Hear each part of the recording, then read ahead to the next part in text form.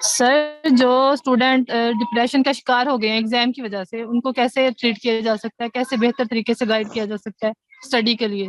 ان students کے لیے میرا ایک لیکچر ہے، ان بچوں کے لیے جو چونکہ ہمارے پورے معاشرے میں یہ صبح شام ہو رہا ہے، بچے ایگزامز کی وجہ سے بہت زیادہ متاثر ہو رہے ہیں۔ میں نے تو صرف 5 بڑے مسائل ڈسکس کیے نا۔ حسد پیدا ہونے کی بہت بڑی وجہ ایگزامز ہیں ہمارے معاشرے کے اندر۔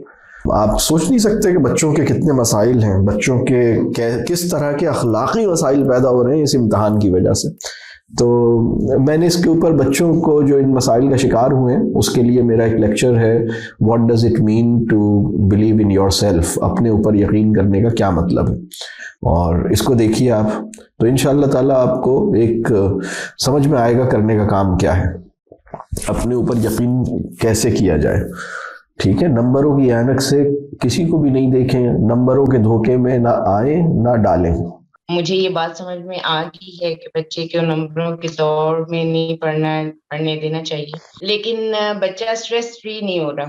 اسے اگر گھر سے سٹریس نہیں مل رہا تو وہ اسکول سے سٹریس لے کر آ جاتا ہے۔ میں نے ان کے ٹیچرز سے بھی بات کی ہے اور 1-2 اسکول بھی چینج کر کے دیکھ لیے ہیں، کسی کو سمجھانے پہ بھی قادر نہیں ہے، تو پھر ہمیں کیا کرنا چاہیے؟ وہ تو اب اسکول جانے پہ بھی راضی نہیں ہوتا۔